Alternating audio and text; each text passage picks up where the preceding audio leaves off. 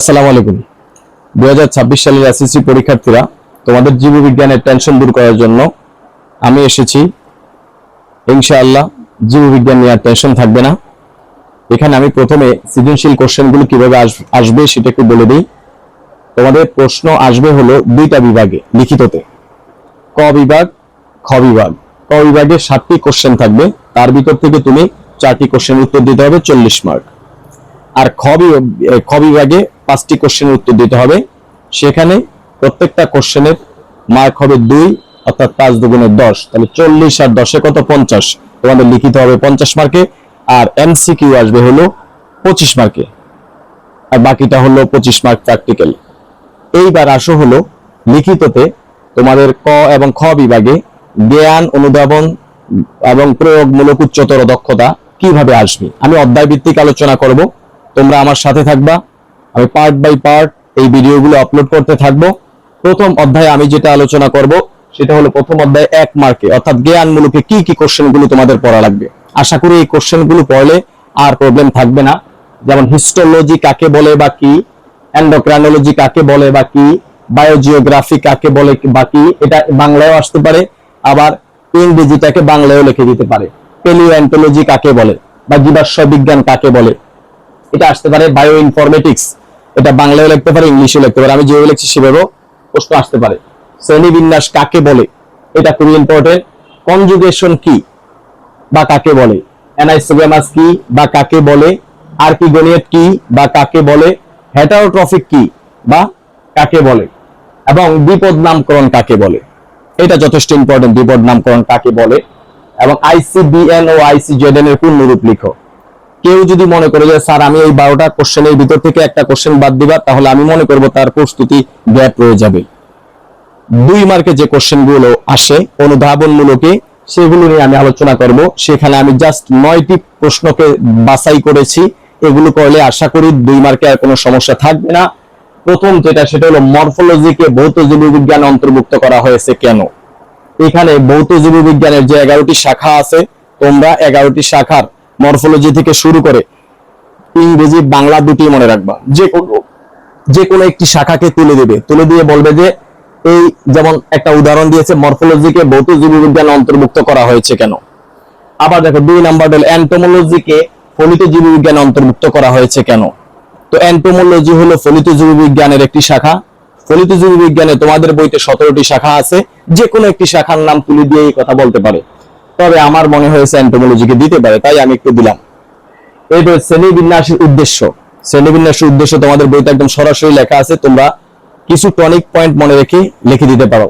এবং এইটা শ্রেণীবিন্যাসের উদ্দেশ্যের পরিবর্তে আবার মাঝে মধ্যে শ্রেণীবিন্যাসের গুরুত্বও আসে। তো উদ্দেশ্যের সাথে গুরুত্বটা প্রায় কাছাকাছি, এই জন্য এটা আমি লিখলাম না। শ্রেণীবিন্যাসের গুরুত্বটাও তোমরা একটু পড়ে নিবা। এরপরে হলো মানুষের গণ হোমো কেন। এটা একদম শ্রেণীবিন্যাসে দেখবা সুন্দর করে লেখা আছে, মানুষের গণ হোমো কারণ।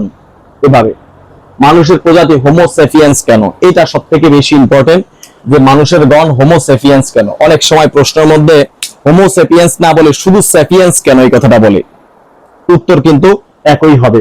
শ্রেণীবিন্যাসের বিন্যাস পদ্ধতিকে নেস্টেড হায়ারার্কি বলা হয় কেন, এটা কিন্তু খুব খুব ইম্পর্টেন্ট। শ্রেণীবিন্যাসের বিন্যাস পদ্ধতিকে নেস্টেড হায়ারার্কি বলা হয় কেন।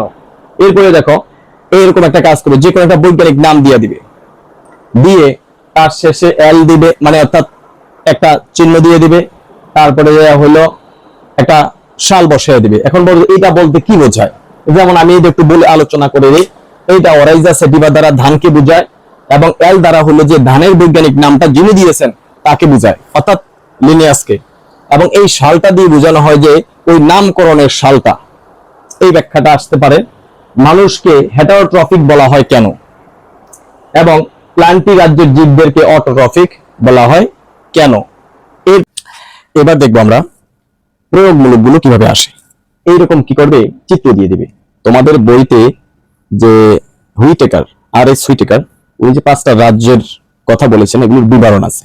এই বিবরণের কাছেই দেখবা যে পাশাপাশি 2টি করে চিত্র দেওয়া আছে। চিত্রগুলোর নিচে নাম দেওয়া আছে, উদাহরণগুলো দেওয়া আছে। মনে রাখবা বইয়ের ভিতরে যে চিত্রগুলো আছে, এই চিত্রগুলোরই যে কোনো 2টি অথবা 3টি চিত্র দিয়ে দিবে। আমি তোমাদের বোঝার সুবিধার জন্য 5টা চিত্র দিয়েছি, তো যে কোনো 2টা অথবা 3টা, ধরো এই 3টা চিত্র দিয়ে দিল। 3টা চিত্র দেওয়ার পর যে কোনো একটা চিত্রকে দেখিয়ে বলবে যে এটা কোন রাজ্যের অন্তর্গত ব্যাখ্যা করো। বা উপরোক্ত এ চিত্রের জীবটি যে রাজ্যের অন্তর্গত তার বৈশিষ্ট্য লেখো। এইভাবে কোশ্চেন করতে পারে। আবার এরকম করতে পারে, ছক করে দিতে পারে, সেখানে তোমাকে উদাহরণগুলো বলে দিতে পারে। তো উদাহরণগুলো বলে দেওয়ার পরে তোমার নিচে এ বি সি ডি বা এক্স ওয়াই জেড বা P Q R S T ইত্যাদি ইত্যাদি দিতে পারে, দিয়ে উল্লেখ করে বলে যে ওই বি চিত্রের জীবটি কোন রাজ্যের অন্তর্গত, বা বি চিত্রের জীবটির রাজ্যের বৈশিষ্ট্য লিখো। এটা 3 মার্কে আসতে পারে। এরপরে আরেকটা কাজ করতে পারে, সেটা হলো এই যে উদাহরণগুলো যে দেওয়া থাকবে, এই যে চিত্রগুলো দেওয়া থাকবে, এগুলোর যে কোনো একটিকে নির্দেশ দিবে যে চিত্র সি এর জীবটির নামকরণ পদ্ধতি লিখো। যেই জীবেরই নামকরণ পদ্ধতি বলুক না কেন, এভাবে দিয়ে তুমি কি করবা, দ্বিপদ নামকরণের যে নিয়মাবলী আছে এটা লিখে দিবা। এটাও 3 মার্কে আসতে পারে। এবং সর্বশেষ যেটা আসতে পারে, মানুষের শ্রেণীবিন্যাসটা, কারণ তোমাদের বইতে মানুষের শ্রেণীবিন্যাসটা দেওয়া আছে। এখানে যদি 3 মার্কে আসে, তুমি মানুষের শ্রেণীবিন্যাসটা কারণ ছাড়া লিখলেও হবে। কথা কি বুঝতে পারছো? এরপরে আমরা চলে যাবো 4 মার্কে, অর্থাৎ উচ্চতর দক্ষতা কি কি আসবে। সেখানে সব থেকে কমন একটা কোশ্চেন সব সময় আসে, এটা আশা করি এবার একদম সরাসরি চলে আসবে। যে কোনো 2টা অথবা 3টা জীবকে টার্গেট করবে, যে বলবে যে এ বি সি চিত্রের জীবগুলোর মধ্যে কোনটা অধিকতর উন্নত বিশ্লেষণ করো। অর্থাৎ এই 3টা রাজ্যের ভিতরে কোন রাজ্যের জীবগুলো বেশি উন্নত। একটা তোমাদের বুঝার সাথে আমি কয়টা কথা বলে রাখি। যেমন হলো, রাজ্যগুলো যত উপরের দিকে গেছে তত উন্নত হয়েছে। যেমন মনেরা থেকে প্রোটিস্টা উন্নত, প্রোটিস্টা থেকে ফানজি, ফানজি থেকে প্লান্টি, প্লান্টি থেকে অ্যানিমেলিয়া। তোমরা এইটা 4 মার্কে পাবা ইনশাআল্লাহ। এছাড়া আরেকটা আসতে পারে, সেটা হলো কারণ সহ মানুষের শ্রেণীবিন্যাসটা লিখবা। কেন মানুষকে অ্যানিমেলিয়া রাজ্যে দেওয়া হয়েছে, কেন মানুষের গণ হোমো, কেন মানুষের প্রজাতি হোমো সেপিয়েন্স বা সেফিয়েন্স ইত্যাদি।